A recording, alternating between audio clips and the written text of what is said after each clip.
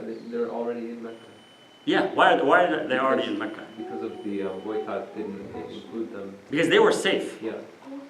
Hashim and Al-Muttalib, they were safe. That's why nobody of them went to Abyssinia. They weren't in danger. Except for one person.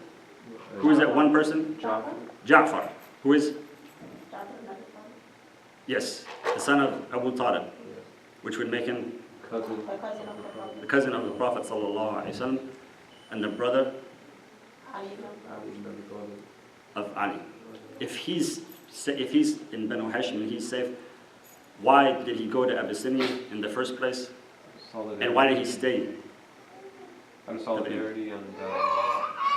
It's understood he was sent to be responsible for them, to be accountable for them. That's why he went. His brother didn't go, and nobody else from Hashim or Al-Muttalib left.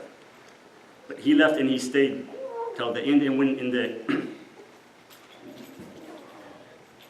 they always talk about, and when they come back, they talk about the Ja'far and his companions, or the company of Ja'far, because he was responsible for taking care or looking after them. That's why he was sent, radiallahu anhu. So he didn't come back. So he's the only one from Banu Hashim who went in the first place, and he didn't come back this time. Go ahead. From Banu Abd Shams ibn Abd Manaf ibn Qusay, Uthman ibn Affan ibn Abu al-As. Yes, from it's Uthman ibn Affan, and we all know Uthman ibn Affan. At the time, he had left with his wife, who was yes, who is his wife? Ruqayyah, the daughter of the Prophet sallallahu alaihi wasallam. And Abu Hudayfa, who is the son of Utbah ibn Rabi'ah, and this man Abdullah ibn Jahsh, this big extended family left. Abdullah ibn Jahsh from that family is the only one who came back this time. Abdullah bin Jahsh is the brother of Zainab bin Jahsh, who later the Prophet ﷺ married her. And from Banu Nawfal, the only one who went was Utbah ibn Ghazwan, and he's the only one who came back now. Go ahead. From Banu Asad ibn Abd al-Uzza ibn Qusay, Al-Zubayr ibn al-Awwam ibn Khuwaylid ibn Asad. Zubair ibn al-Awwam, who is the nephew of, and who was he married to? Asma. Who is Asma? Yes, daughter of Abu Bakr. Why didn't she make the hijrah with him? Why didn't she go to Abyssinia with him? She wasn't married yet. They weren't married at the time.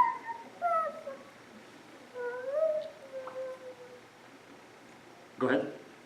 From Banu Asad, from Banu Abd al-Dar ibn Qusay, Mus'ab ibn Umayr ibn Hashim ibn Abd Manaf. And so two, Mus'ab ibn Umayr and Suwaybat ibn Sa'd. Most of them remain in Abyssinia. Yes. Go ahead. From Banu Abd ibn Qusay, Tulayd ibn Umayr ibn Wahb. Yes, and this we don't have this on the map here because it's a very small group, and the only one we're going to read about, inshallah, is this one man, Tulayd ibn Umayr. Go ahead.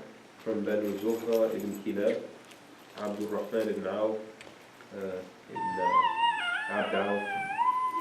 Yes, Abd Rahman ibn Auf, Yeah. who is well known. Al-Miqdad ibn Amr, Yes. and Abdullah ibn Mas'ud. Yeah, Al-Miqdad ibn Amr and Abdullah ibn Mas'ud, who he calls them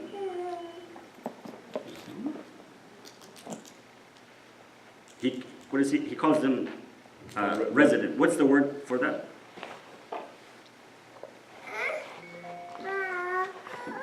The word they use is halif. What does it mean? They're sponsored. It's not just they're sponsored. Sponsorship is like a visa. Sponsorship is like a visa. They're like aliens. Halif is like a green card. Yeah. Oh, Halif is like, when they say resident, it's like they have a green card. okay. Sponsorship, what do they call that in Arabic? That Jiwar. Jiwar. That's what Abu Bakr got. That's like a very loosely, it's like a visa. Halif is like a green card. From Banu Makhzum, ibn Yaqada, Abu Salama ibn Abd al-Asad ibn Hilal. And before that, there's Banu Taym, a number of them, well, there are three who he lists as making the hijrah in the first place. None of them came back this time from Banu Taym. Which is, if Abu Bakr was just had to leave himself and he wasn't able to go back without being sponsored by that other man, Ibn Tughunna, then they're not going to be, their situation is going to be more precarious. Is there a reason why Abu Bakr didn't go the first time Because the man told him, to Abyssinia? yeah, because the man told him, I'll sponsor you. I see, okay. And they're not going for fun. They're going because they have to. Yeah. They're not safe there. If you're not forced to leave, you don't leave. But they're going because they're no longer. They have to choose between their faith and their lives. So and actually the man said, he said to him, we want you and we need you. We don't want to do without you, so I'll sponsor you. And go back and you worship your God in your own country. Go ahead. Why were the other two branches safe? Abu Muttalib and then the other one. How come those two were safe? Because the leadership had agreed to give them military protection. Oh. And they made like a garrison in the hollow. They made like a fortress, so they were safe.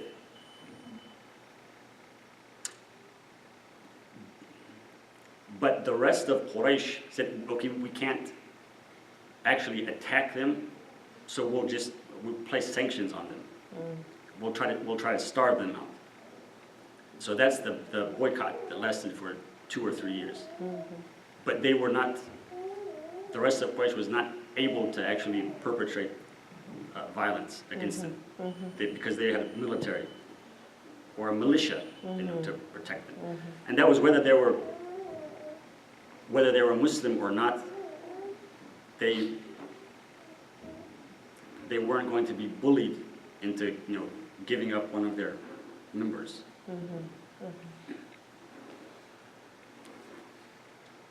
From Banu Makhzum ibn Yaqada, Abu Salama ibn Abd al-Asad ibn Hilal. Yes, Abu Salama, and at this time he's the husband of Salama, Salama, who later the wife. she would marry the Prophet sallallahu alaihi wasallam. Yes.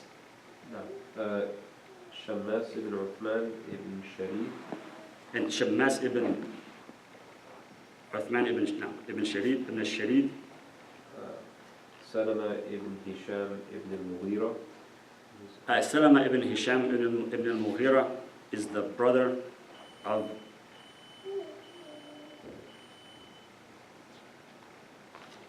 it's here. He's the brother of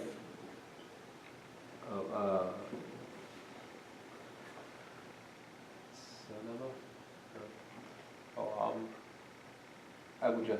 Amr ibn Hisham, who we know as Abu Jahl. Salama ibn Hisham ibn Mughira was one of the ones who came back this time. Ibn Ishaq said when he came back, he was locked up. He was imprisoned by his uncle. He doesn't say here which uncle, because obviously he has a lot of uncles here. He doesn't say which uncle that was. But he was kept locked up, and he wasn't able to make it to Medina until after Badr and Uhud and the Khandaq. The trench had already passed. Yes. Ayyash ibn Abu Rabi'a ibn Mughira. Ayyash ibn Abi Rabi'a, we read something about his brother, Abdullah ibn Abi Rabi'a, in Abyssinia. There were two people, because his brother also went to Abyssinia. But we don't list him as one of the ones who made the hijrah. But we also read about him going to Abyssinia. His Muslim brother, or his brother? No. So he was one of the emissaries sent to try to apprehend. Yes, Abdullah ibn Abi Rabi'a was one of the two envoys that Quraysh sent to Najashi to try to negotiate the extradition of the refugees. That was his brother Abdullah ibn Abi Rabi'a, and who was the other one? Not Abu Sufyan. No. Yes, Amr ibn al-As. Amr ibn al-As. And both of them had brothers who were there in Abyssinia. We'll see that there. Ayyash ibn Abi Rabi'a, he came back and he made the hijrah to Medina. He left and he got to Medina.